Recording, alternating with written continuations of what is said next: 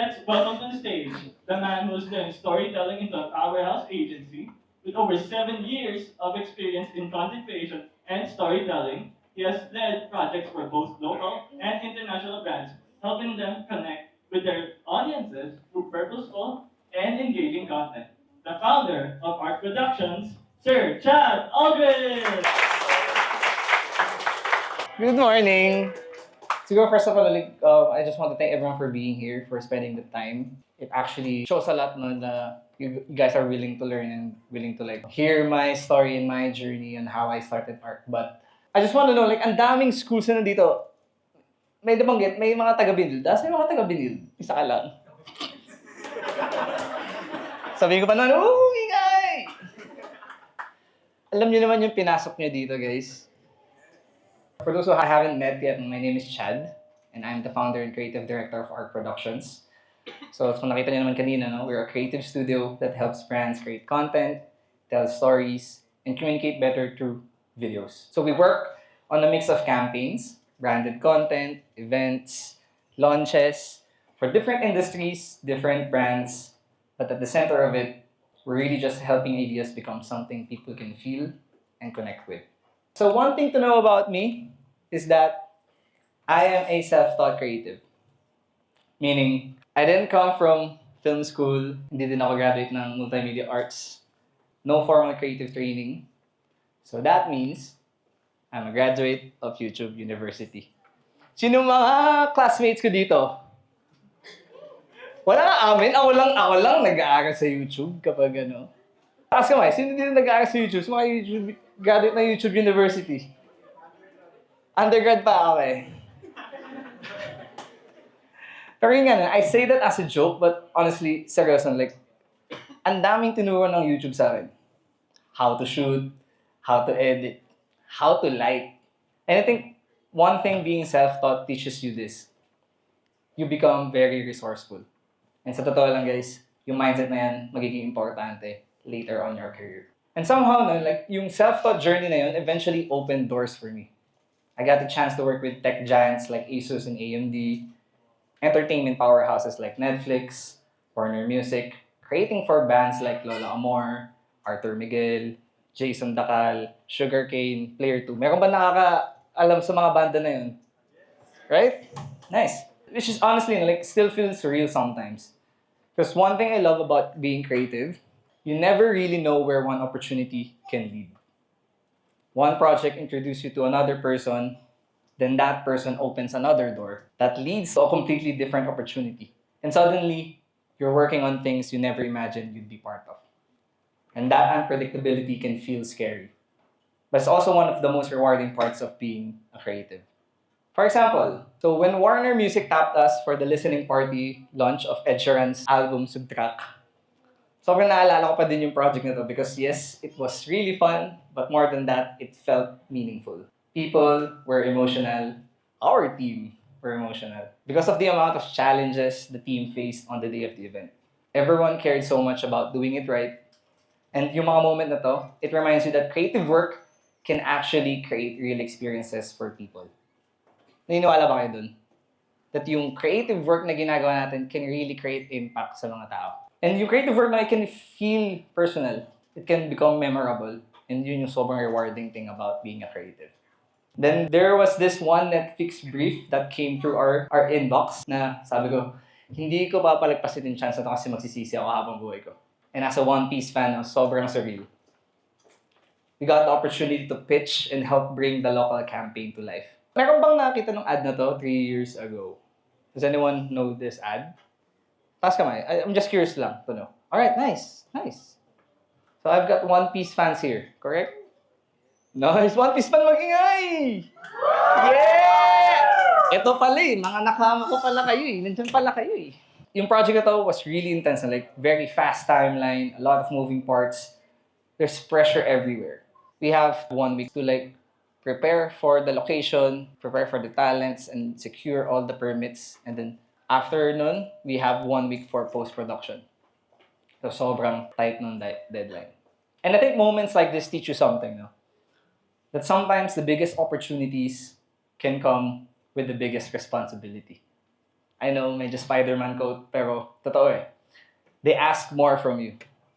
They stretch you, they challenge you, but at the same time, they help you grow faster than you expected. And if you're lucky, no, you get to have this once in a lifetime opportunity to shoot the cast of Avatar: The Last Airbender. And suddenly, we were helping create campaigns across Southeast Asia. Not just the Philippines, but for Thailand, Malaysia, Singapore. And moments like this really made me appreciate creativity more. Because this thing that started as passion suddenly became something that could travel, reach people, open doors, and create opportunities.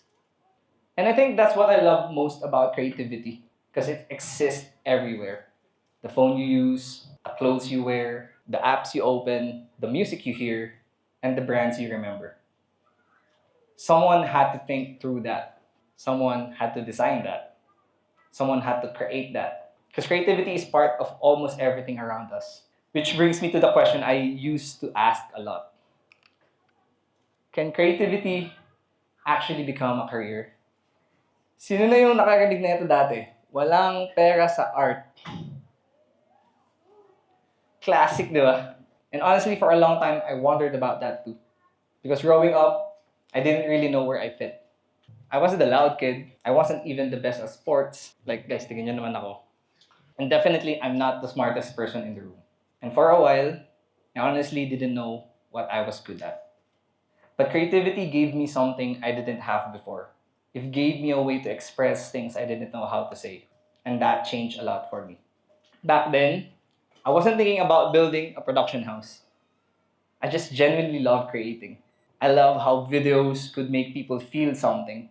And I love the idea na yung camera na hawak-hawak natin sa phone natin could capture moments, emotions, memories, almost like a time machine. And I believe no, every creative journey starts invisible. For sure, lahat kayo may mga hidden passions kayo na kung titingnan natin parang hindi siya pasok sa standard of society na sinet sa ating mga creatives. Kasi nga, walang pera sa art. But I want to break that stereotype. No? Let's not use that because we can. You can. Then eventually, someone paid me for something creative. And I still remember how that felt. Hindi siya yung life-changing money. But mentally, it changed everything. For sure kayo dito, mayroon lang mga nag-take ng passion projects dito or like freelance project. Taas kamay. Remember that first feeling na you received something for the work that you did? It's kind of rewarding, right? Sabi ko, this thing that I enjoy doing can actually create value. That was a huge shift. But passion alone doesn't automatically become a career. And I think this is where a lot of creatives got stuck. Because loving creativity and building a life around it are two very different things. Passion may bring you to the shore, but it takes more to cross the ocean. Sorry guys, nagtatry ako ng bagong material dito, so kaya lang natin. And after doing a number of freelance work, I realized that creativity becomes powerful when it solves problems. And that realization changed how I viewed creativity. Because I used to think creativity was just self-expression. Pag-vlog ka, picture mo yung mga kaibigan mo. But eventually I realized creativity becomes truly valuable when it helps people, when it communicates ideas, when it makes people feel understood, and when it helps businesses connect with people. Because that's when creativity stops being just art and starts becoming opportunity. The beginning, I wasn't really thinking about making my passion a business. Wala talaga sa plan. I wasn't thinking about clients. I wasn't thinking about money. I just knew I love creating. And eventually, that small obsession became ARC. ARC started small, like really small. You build with what you have, just what's in front of you, and the willingness to begin. And eventually, the boat is ready. Hindi siya perfect, hindi din siya fully figured out, but enough to move. And sometimes, enough to move is all you need. And then, once you set sail, you realize this is only the beginning. Because once creativity becomes work, everything changes.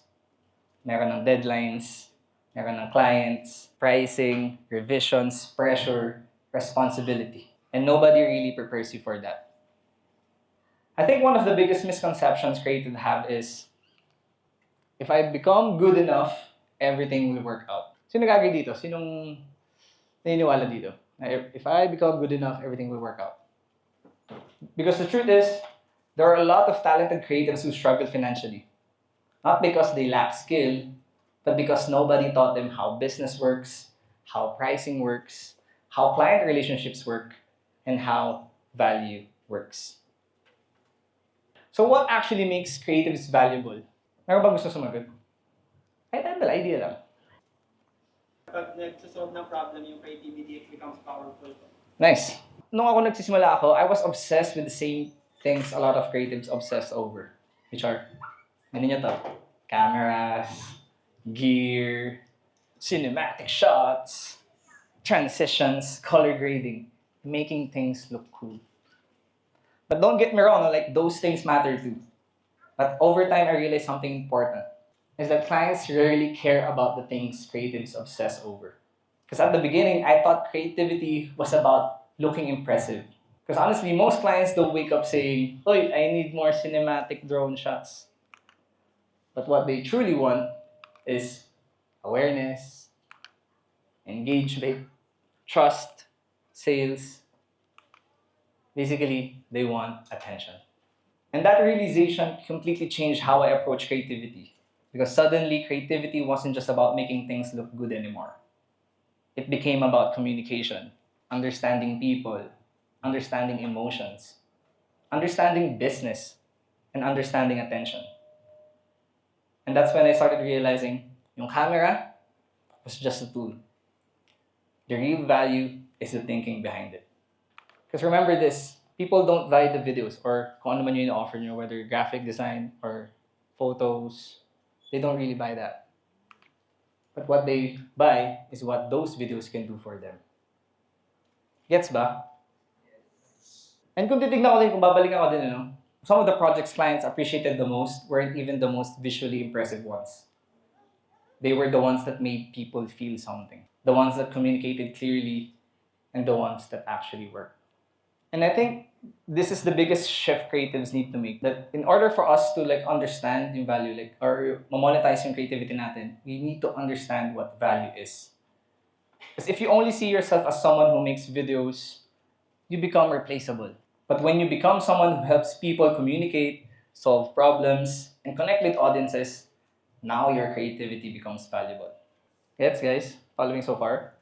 And sa totoo lang, this is the part where a lot of creatives really struggle. Because wala naman nagturo sa atin how money works. Kasi nga, kaya nga tayo creative di ba? Natuto tayo mag-shoot, natuto tayo mag-edit, natuto tayo mag-design. But very few people teach how to price yourself, how to talk to clients, how to communicate your value, how to protect your time, and how to actually sustain creative work. And when I say sustainability, I mean, can you continue doing creative work long enough for it to become a real career? Because I thought creativity was the hard part. Turns out sustainability was harder.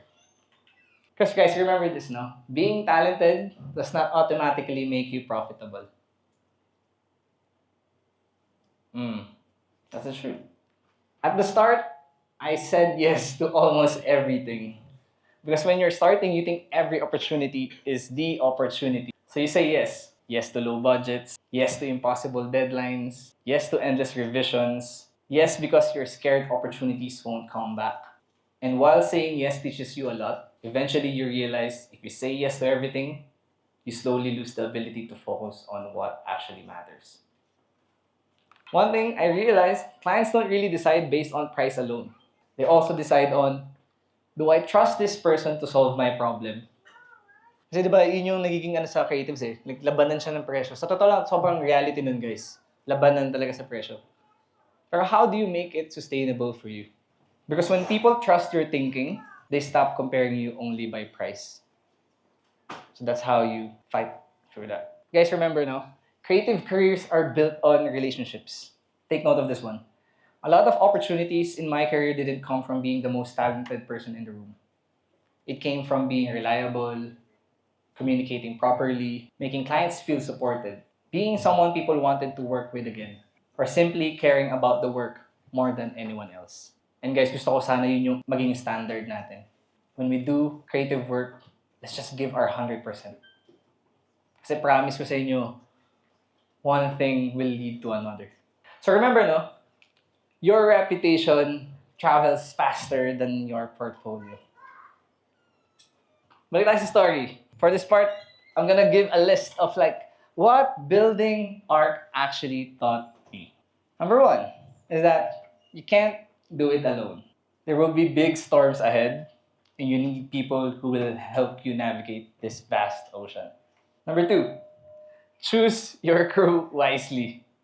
Every ship moves differently depending on who's on board, and who you sail with shapes how far you go. Number three, trust your crew. You can't steer, repair, and row all at the same time. The ship moves better when everyone knows their part. Nasusunod pa ba ako dito, guys? Number four, we need to learn to read the weather. Because timing matters.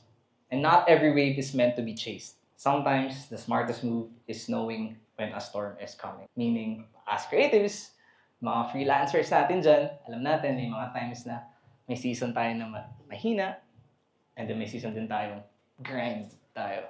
And knowing when is it to rest and knowing when is to like work, it really matters. Number five, protect the ship. The mission matters, but so does what keeps it afloat. And last, not every island is your destination. Because some opportunities will look exciting, lalo na kung, syempre, bago ka, like you want to try all of the stuff, right? Until they pull you off course. So somewhere along the way, ARC stopped becoming just a company, but it also started becoming a reflection of who I was becoming too. Because when you build something, eventually, your weakness will get exposed. Your discipline, yung patience mo, yung communication mo, your ego mo, your ability to handle pressure, and your ability to lead. And I think one thing I learned the hard way is creativity alone is not enough to build something meaningful. Character matters too. At the beginning, it was just me trying to create, but eventually, people started believing in the vision too. Team members, clients, collaborators, and that will change you. Because now, your decision affect other people. Nung medyo mas bata-bata pa ako, I thought success meant getting big clients, making impressive work, building something people admired. But over time, na-realize ko yung success feels different in real life. Sometimes the success is keeping the company alive during the hard seasons, helping your team grow, making clients feel supported, creating work you're proud of, and still loving creativity after years of pressure. I started this journey because I wanted to express myself. But somewhere along the way, I learned that creativity becomes more meaningful when it becomes a service. When it helps people, when it creates opportunities, and when it impacts others beyond yourself. And I think a lot of people wait until they feel ready. But honestly, most creatives never fully feel ready. You start scared, you start uncertain, you start messy. But clarity usually comes after movement. And maybe that's the biggest thing I want to leave with you today. Your ideas don't become real because they're perfect. They become real because you were brave enough to start. Because vision becomes venture the moment you start moving. Thank you guys, that's for the first part.